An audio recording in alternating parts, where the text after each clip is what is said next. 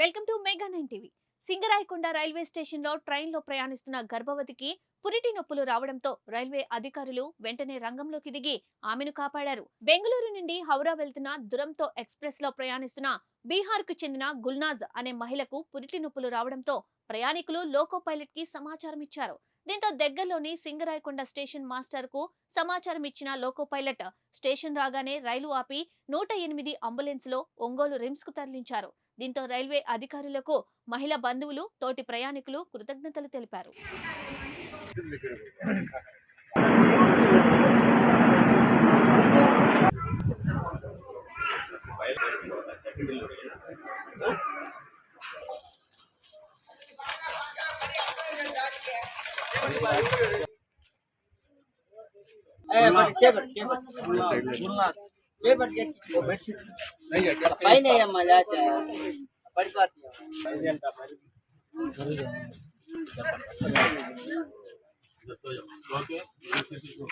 पड़ी